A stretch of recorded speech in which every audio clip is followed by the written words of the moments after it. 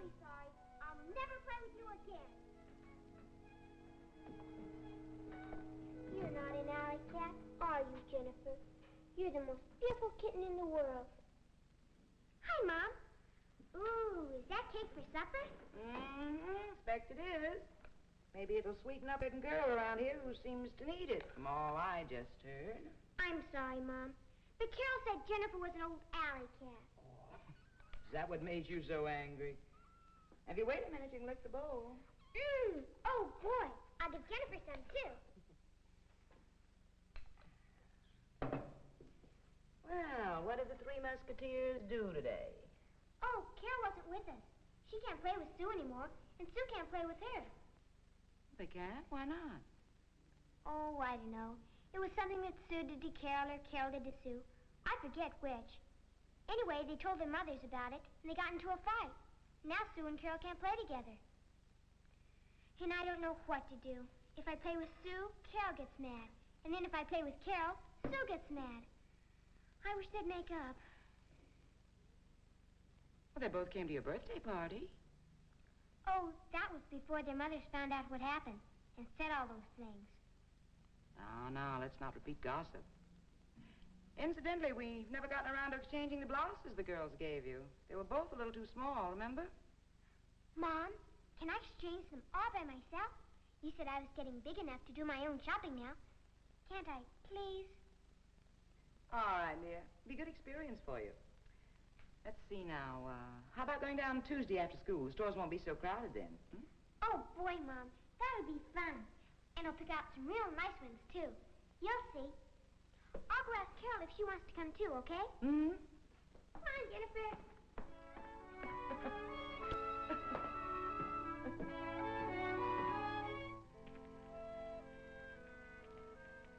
I just love nights by the fire. Especially when we talk about things Daddy reads from the Bible. Well, let's see now. Where did I leave off last time, Molly? Do you remember? Was... Oh, I know. It was about the things Jesus said on the mountain. You said you'd explain that part about an eye for an eye and a tooth for a tooth. Yes. Here we are. You have heard that it was said, an eye for an eye and a tooth for a tooth. But I say to you, do not resist one who is evil. But if anyone strikes you on the right cheek, turn to him the other also. I still don't think that's fair. Well, strike means hit, doesn't it?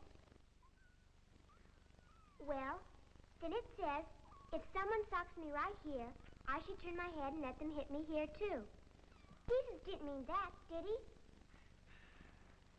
Let me try to help you understand, honey. Let's say that Carol, now I know she wouldn't do it, but let's just pretend. Let's say that Carol, for no reason at all, pulled Jennifer's tail. What would you do? I'd be mad. I don't know what I'd do. Maybe I'd pull her hair. Or get even some way. Well, suppose you did get even. Suppose you hit her, and then she hit you back. There'd be a big battle, and you'd come home crying. You'd say you hated her, that never going to play with her again. Well, I'd probably feel that way. Carol was mean to Jennifer. But according to Jesus, it wouldn't be right, now would it? Now, let's go back over our story. We're pretending and change it just a little. Let's say that Carol pulled Jennifer's tail, and you were so mad that you hit Carol. But here's where we change the story. Instead of Carol hitting you back, we'll have her just stand there with tears in her eyes. Now, think just a minute before you answer. What would you do if you saw her crying? Hit her again? No, I don't think I would. Because I don't like to see anybody cry. Jesus knew that if we turned the other cheek, we'd be living according to the law of love. We'd be doing the right thing. And by our example, teaching others to do the right thing, too. But what if it doesn't work? Turning the other cheek. There are some things we do just because we believe in them. And because we want to live God's way, no matter what others do. Besides, hitting back doesn't solve anything. it only leads to more hard feelings and resentment. But when you turn the other cheek, you're loving back instead of hitting back. I guess Jesus was right then, wasn't he? But of course, when he spoke about turning the other cheek, Jesus wasn't talking just about someone hitting us. He was talking about all the wrong and hurtful things people say and do. All too often, we plan and wait for the day when we can get even with a person. But Jesus reminds us that God's children are not to give an eye for an eye or a tooth for a tooth, but to turn the other cheek, to forgive, just as God loves and forgives us. But it's an awful hard thing to do, isn't it?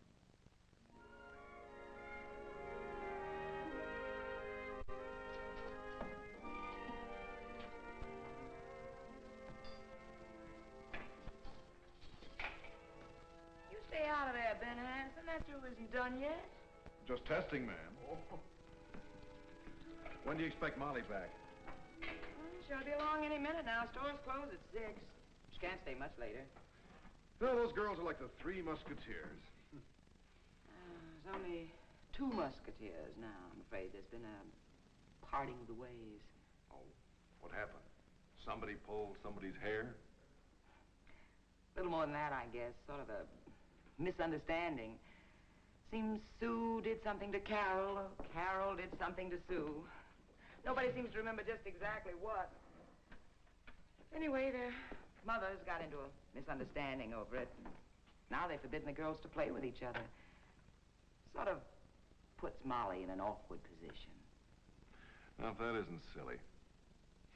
I'm glad you've got more sense than to get mixed up in Molly's squabbles. Well, it doesn't pay, Ben.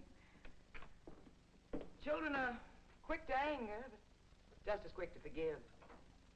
Grown-ups are apt to brood over a situation, build it up in their minds. They don't seem to know how to forgive and forget. Here comes Molly now. We're in here, honey. Well, you wore one of your new blouses home. Hey, that's real pretty. Oh, that's a lovely blouse, dear. You certainly made an excellent choice. Well, let's see what the other one's like.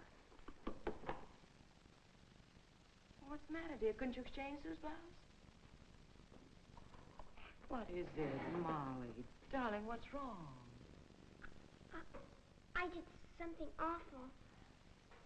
Hmm. Hadn't you better tell us about it? I stopped at Sue's house, just like Mom told me to do, to find out where she bought the blouse. Carol waited at the side of the house, so Sue wouldn't see her and get mad because we were going downtown together. And so Sue's mother wouldn't see her. But Mrs. Allen must have watched us coming down the sidewalk because she came to the door and she was real mad. She said that hiding Carol was a sneaky thing to do and that I shouldn't desert Sue all the time to be with Carol. She said I wouldn't have any friends if I kept acting that way. Then I got mad too. And talked back. Oh, Molly, you didn't. You know better than that. Honey, what did you say to her?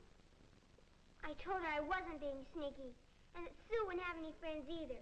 It would be her fault for not letting us all play together. Then I left. Didn't even ask about blouse. Darling. Oh, I'm sorry this had to happen. I know it must have spoiled your shopping trip.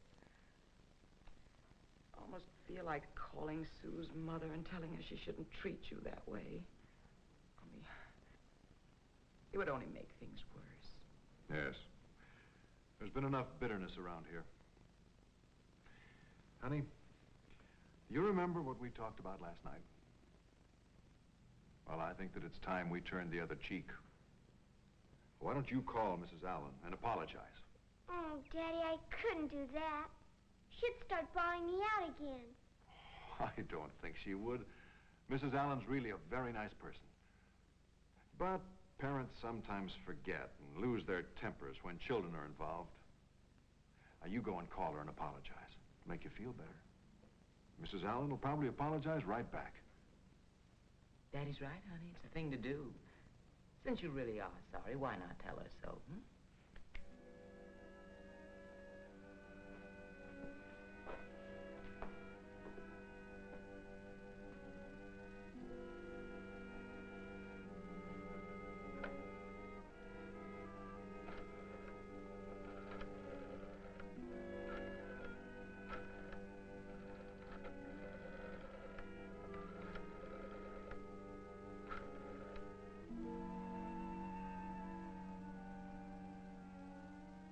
Mrs. Allen? This is Molly. I just called to tell you that I'm sorry I talked back to you this afternoon. Thank you. Goodbye. Phew, she didn't sound mad at all. She just said she accepted my apology. But she didn't apologize to me. That's not important. The thing is, you did what Jesus wants us all to do. Oh, my stew. I bet it's stuck to the pan. Well, don't get into a stew over it, madam. Oh. Daddy. Well, these answers look all right to me, honey. I'd say you were coming along fine with your arithmetic. I get it.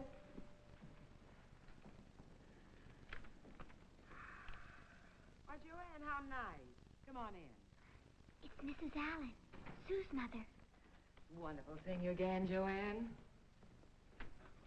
How are you, Mrs. Allen? I'm fine, thanks. But pretty ashamed of myself. I've been awfully foolish.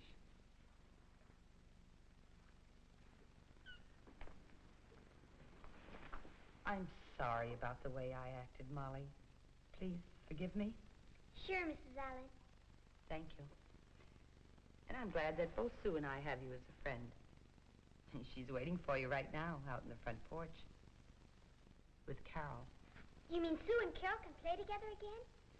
Yes, it's all straightened out, and for good. Hey, Sue, Carol, come on in. Hi, Molly. Well, Jennifer, looks like you're stuck with us grown-ups. The Three Musketeers are together again.